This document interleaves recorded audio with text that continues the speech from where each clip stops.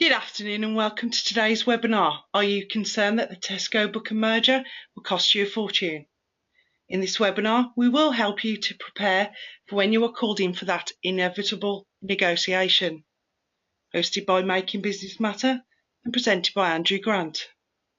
If at any point you do experience any technical issues, please let me know via the chat facility available and I will do my best to assist you.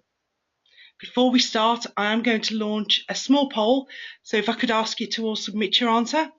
Thank you.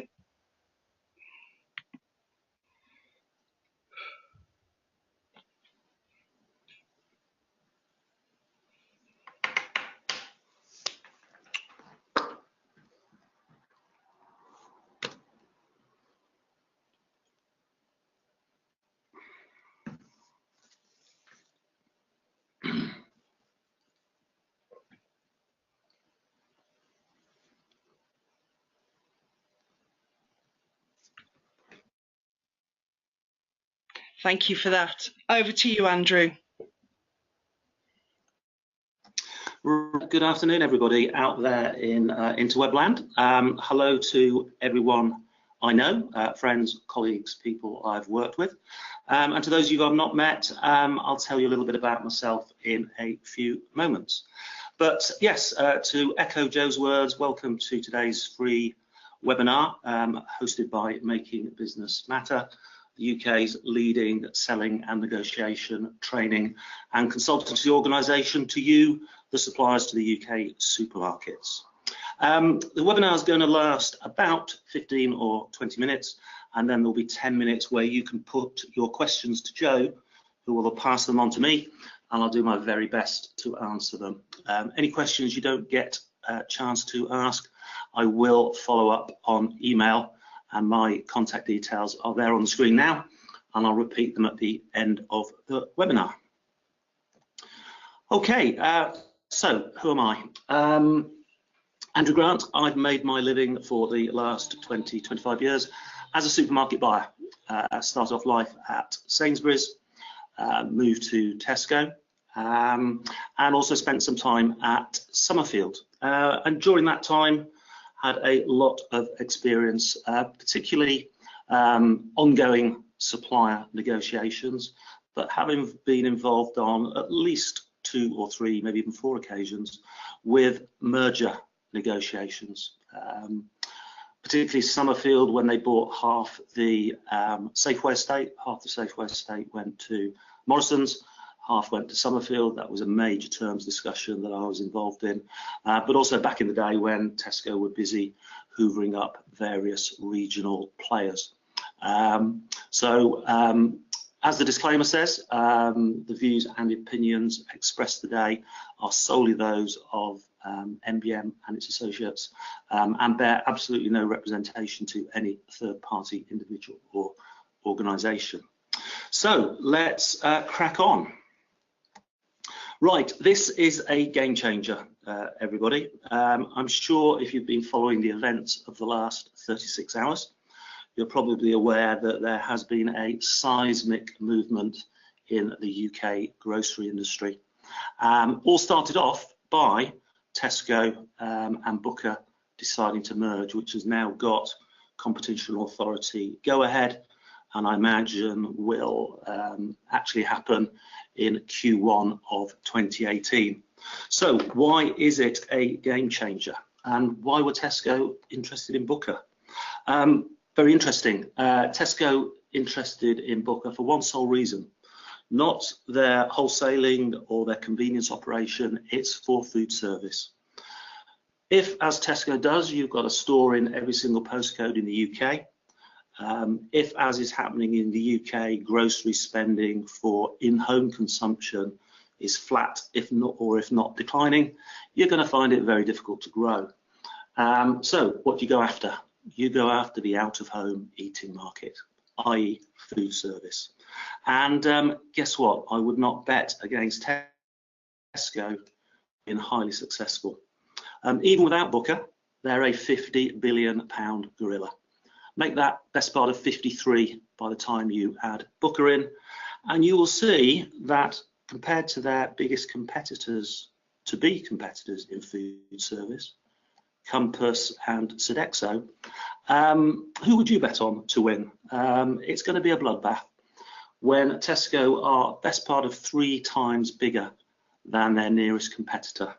So don't bet against Tesco Booker being very, very successful.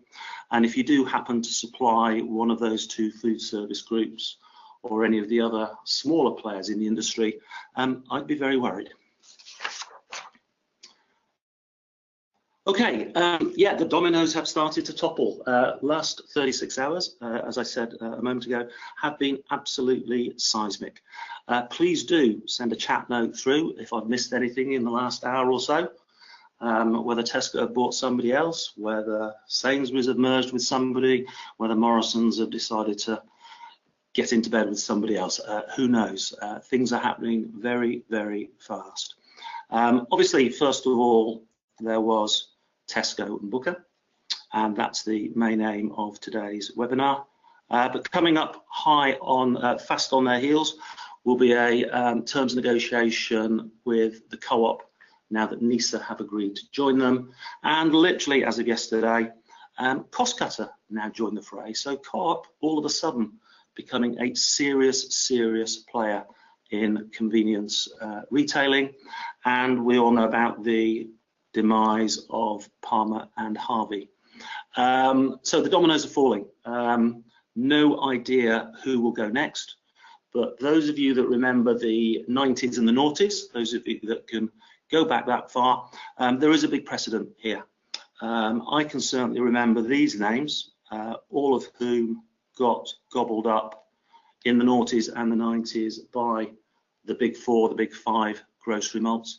The same is going to happen in convenience, wholesale and food service.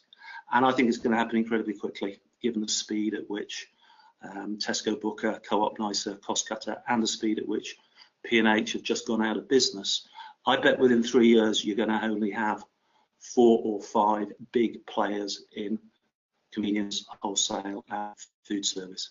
So it's really important for those suppliers that are on this webinar that you have a plan that tries to identify and back the winners and not get caught out by being too tied into the losers. And I guess one big action point, transparent trade terms. If you don't have transparent trade terms now, you need to get some soon, very soon in fact. And do talk to us at MBM if you need help. Your biggest fear if you are supplying Tesco and Booker or Co-op and NISA and Cost Cutter is if you don't have transparent trading terms that recognise volumetrics or efficiency. Easier said than done to have transparent trade terms, but probably that's the first action point for today's webinar. Just that check. How transparent are your trade terms? So how will Tesco approach the merger?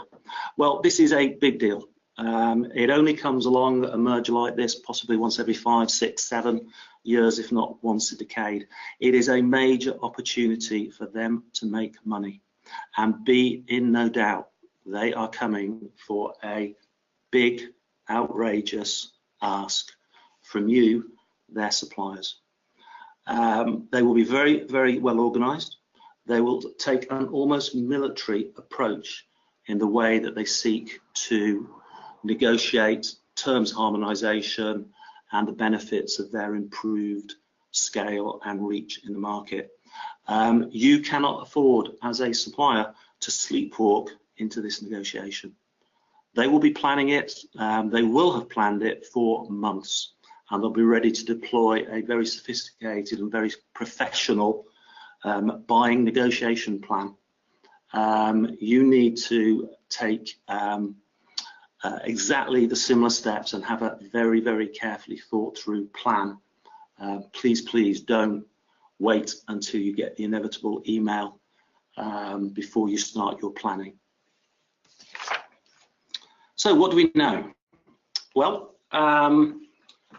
Dave Lewis, when the merger was announced way back 4, 5, 6 months ago, he declared 175 million of planned savings for the combined business.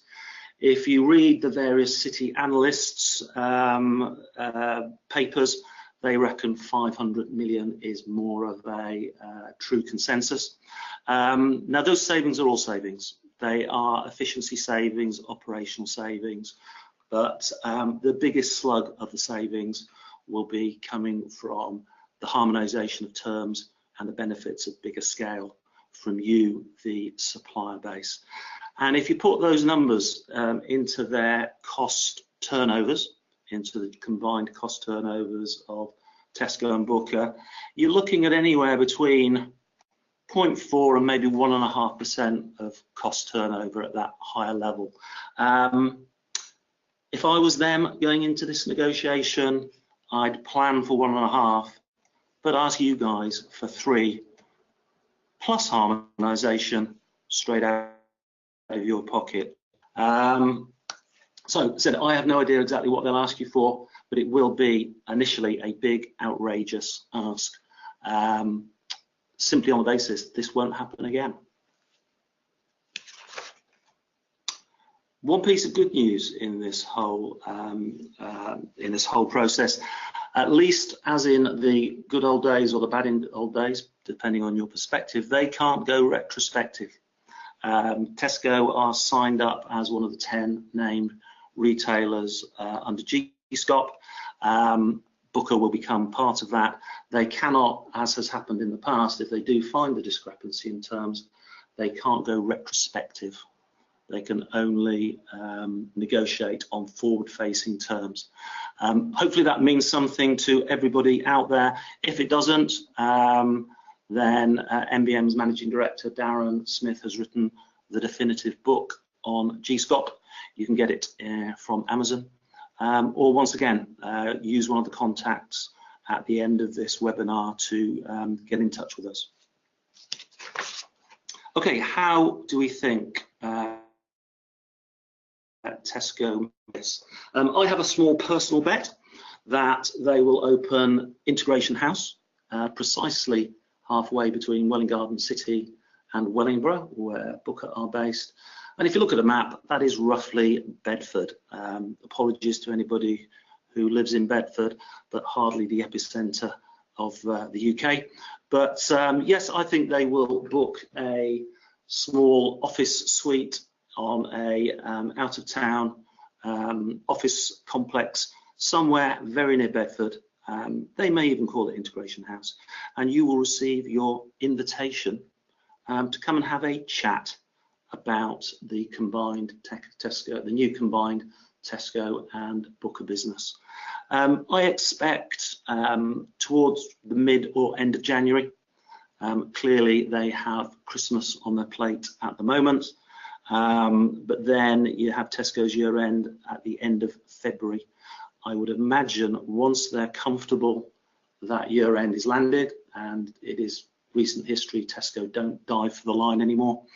I expect mid-January they will have tied up their year end, and the trading teams will then focus on the merger negotiations. Right, if previous history is to be gone by, there'll be a 3 strikes and you're out approach. First of all, you will get the invite to the plush office suite on the outskirts of Bedford for the glossy sell and the big outrageous ask. I'll talk a bit more about that in a second. Following that, there will be a second meeting where they will want your response to the glossy sell and the big outrageous ask, and hopefully they will expect you to put an offer on the table which they can accept. Should you not do that, there will be implied potential sanctions for you to go away and think about, which will lead to a final last chance saloon meeting where if they're still unhappy with your response or lack of response, then the negotiation starts to escalate. Now, the approach they will take will be different depending on which type of supplier you are. Branded suppliers will be treated very differently from own label manufacturers. and differently from own label manufacturers in the primary agriculture, produce and meat areas. Unfortunately, I think the branded manufacturers will bear the brunt of it. They will take a slightly different, soft is possibly the wrong word, but a slightly different approach with their own label producers, and certainly in primary agriculture areas. So the glossy sell, yes, it's a very professional PowerPoint or video corporate presentation selling you the benefits of the new combined group.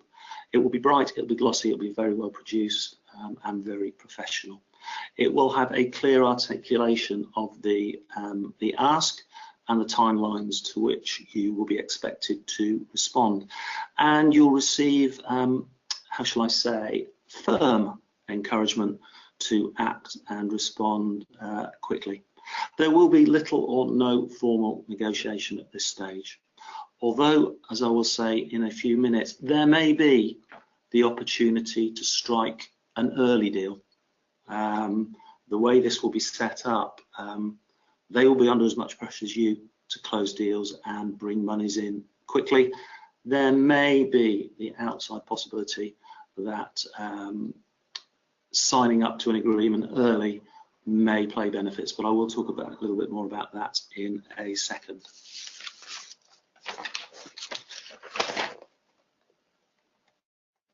Okay, yes, beware the accountants. This happened with the Co-op and Summerfield merger about 7-8 years ago. Quite a clever little trick. The Co-op did not allow suppliers to speak to buyers.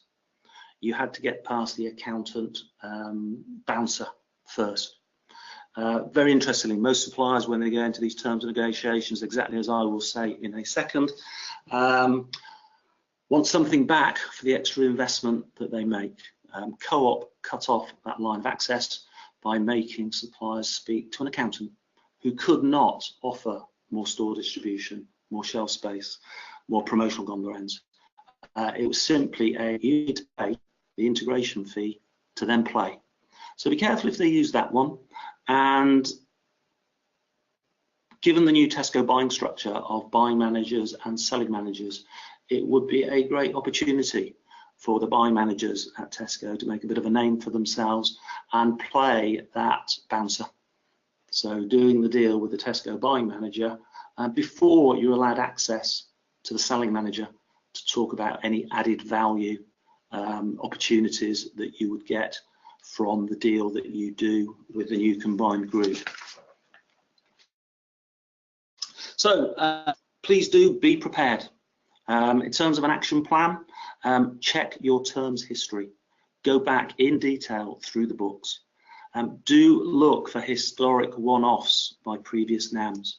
Again, anecdotally, speaking to a lot of suppliers in the day-to-day work I do, I know there's a lot of people out there who have done deals with Booker in the past that could come back to bite them when Tesco and Booker put the books together. So do check. They will have good records. They will go back and they will find the discrepancies. So calculate the costs if you are exposed on that basis. But also, what are the benefits? Is your cake any bigger? If you supply both Tesco and Booker, then your cake hasn't got any bigger. If you're a Booker supplier and get access to Tesco, big upside. If you're a Tesco supplier and get Booker, there's still an upside. But is your cake any bigger when it comes to working out the monies that you may or may not be prepared to put on the table? They will have a church roof fund. The important point here is that they will be under as much pressure to deliver as perhaps they put to you. There'll be a team. There'll be a specific project team. They will have a target, and that target will be broken down by week. And there will be a lot of pressure from the two respective businesses to hit those targets week in, week out. And they will want some quick wins. They will want some early wins to show what a great job they're doing. That might allow you to get some benefits. But as I said a few minutes ago, they may be limited in terms of what they're willing to give. And eventually, given the new structure at Tesco, you need to get to the selling managers as well as the buying managers. So do be ready to trade. Do listen to what they have to say, acknowledge politely, give a clear but firm response on the basis that any deal that you do with them has to be more for more. Now, we can help you with this. My recommendation is don't settle too early. They may be unwilling to give anything. Certainly don't settle at the end. There'll be nothing left to give. You want to be probably in the second or third decile, the 20th or 30% of suppliers that do the deal relatively early on, because there'll be the most wriggle room for you to get something back and make it a more for more deal. This is an area we can help you with, so do be confident, do be firm, and talk to us, please. Right, time for action. In terms of an action plan, we're getting towards the end of the webinar, but this is what I would be doing if I was in your shoes. Do work the numbers. Obviously, are you a Tesco only current supplier or a Booker only supplier, or both? Do you have a harmonisation exposure? This will be the first angle they go down. They'll clearly look at cost price for Tesco, cost price for Booker, any promotional discounts on the two sides, any overriders, any previous historic deals that have been done, and they will work out if there is a harmonisation cost by going to the lowest common denominator. If you do fall into that, if you do fall into the position where you are exposed, you're in for a difficult negotiation. You are protected by GSCOP in that they can't go retrospective, but it's going to be a very difficult conversation, particularly if Booker have better terms from you than Tesco do. I suggest you pick the phone up to us if you are in that situation. Do dig deep into the history books. Account managers move frequently, depending on how good your systems are. Do check, do go back through the books, go back through the emails, go back through the written correspondence. Make sure you're fully appraised of any deals that have been done. And what's the value to you of the merged business? Is your cake any bigger? Is there more money for you? That allows you to start planning your negotiation positions. So is there a volume opportunity? Is there a future opportunity with the enlarged business? Do plan your tradables. You should aim to get a more for more deal. You will inevitably have to pay more to a combined Tesco Booker business. The trick is to get something back of at least equal or greater value to that you give. Certainly don't just give.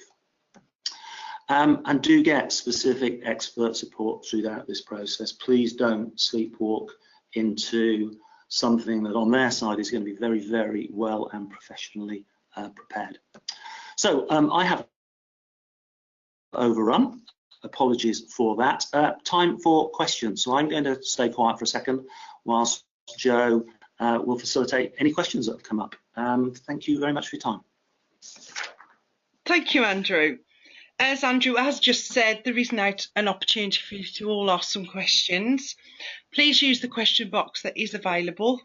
Please note that any questions that we don't get a chance to answer in this session, Andrew will respond directly via email. During the Q&A session, I will be launching another poll.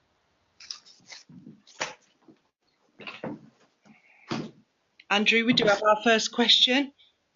Is any competitor challenging this merger? Sorry, Joe, say that again, please. Sorry, is any competitor challenging this merger? Not that I know of, no. I mean, the merger has gone through. It's got Competition and Market Authority approval with no disposals required on either side. The only challenge is obviously, I think, coming from the co-op, having now taken on NISA and Cost Cutter. Thank you, Andrew. Which side do you think will mainly run the negotiation, Tesco or Booker? Great question. Both. As I said, It's the model that Albert Heijn and Del Hayes used when they merged last year. They built an integration centre right on the Dutch-Belgian border. Charles Wilson has been as involved in this merger as Dave Lewis. I think they'll put a joint team from both sides in a third-party location. My bet is Bedford, and I think you'll talk to both sides.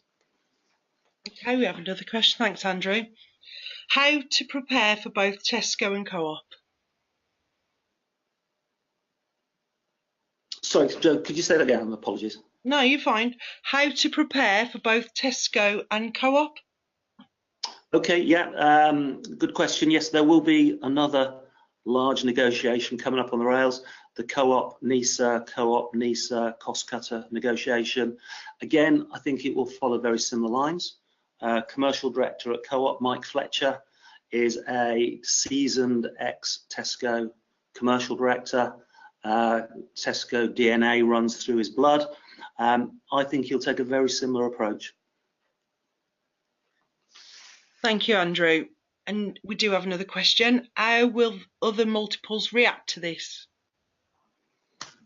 Okay, well, I think it's happening. It's what I said about the Dominoes. I think every single multiple is now going to be looking very, very closely at convenience, wholesale, and food service.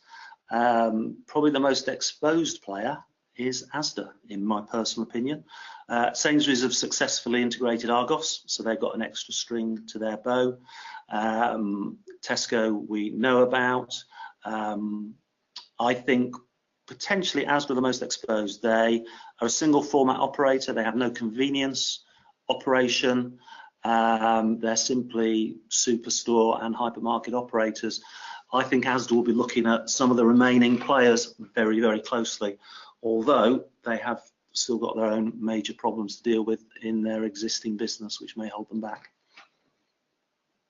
Thank you, Andrew. We do have another question. What impact do you expect from P&H situation? Yeah, I was fascinated that P&H has been shut down. I had a private bet, and any of you that met me over the last year, I was willing to have a private bet with anybody that P&H would not exist in its existing format within 12 months, so I've been proved right on that. But I didn't expect them to get shut down.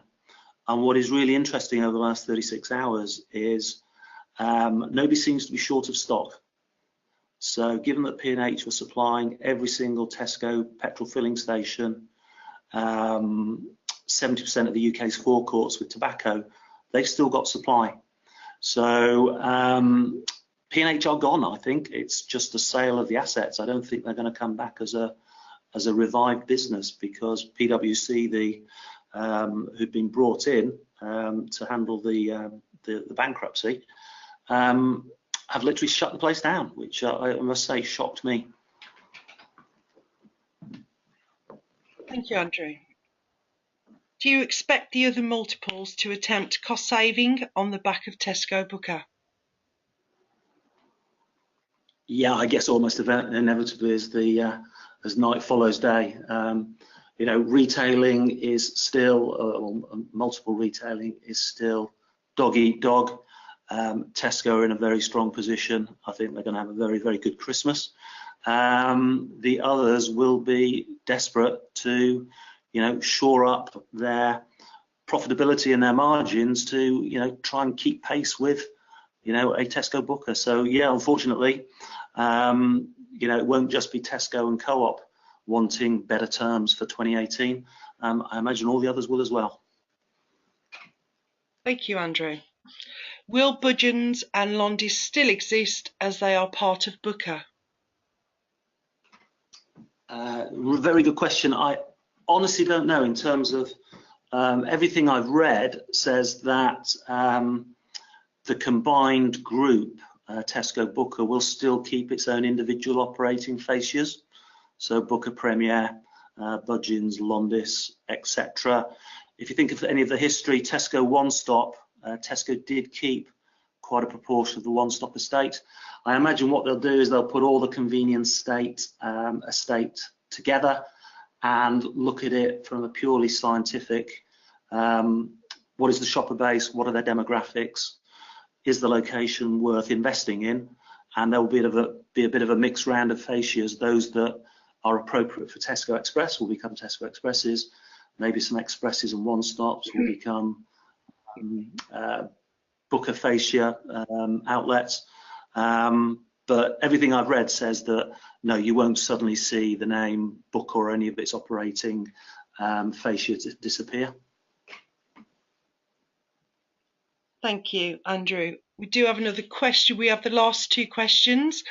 We have separate terms with BRP and Booker. Would Tesco look to harmonise terms with BRP as well, as Booker given Booker own BRP? I imagine that is where possibly Booker will just have the negotiation with their BRP suppliers separately. It may get lumped into the total combined negotiation, but clearly Booker will want to flex the new muscles they've got with their new, £50 billion partner. And again, I do know anecdotally from contacts I have, Booker have been planning probably even before Tesco for this. Booker are, and anybody that knows Booker and the senior management of Booker, they're a very, very thorough professional lot. They have got a plan in place. They know what they're doing. Thanks, Andrew. Our last question. What about breaks and bid foods? Yeah, I mean, I didn't put them on that graph because they're even smaller than breaks and Sodexo. Yeah, anybody in food service, any of the smaller players in food service, how do you fight against a £50 billion gorilla?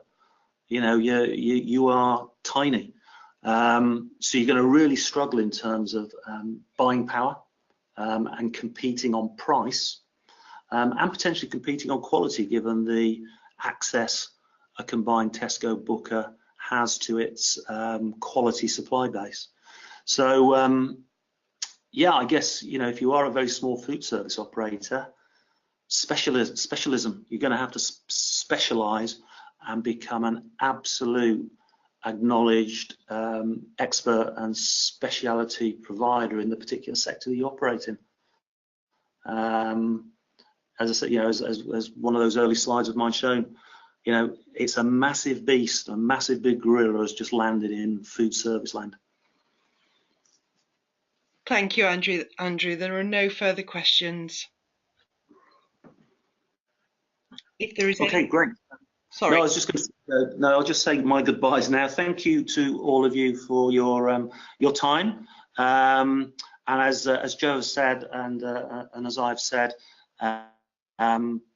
Please do make contact. There's a whole list of various ways of contacting us, and I look forward to hearing from you. And if it's not too early, Merry Christmas. Thank you, Andrew. A follow-up email will be sent with a full recording of this webinar. That now brings us to a close, and I would like to thank you all for attending. Thank you.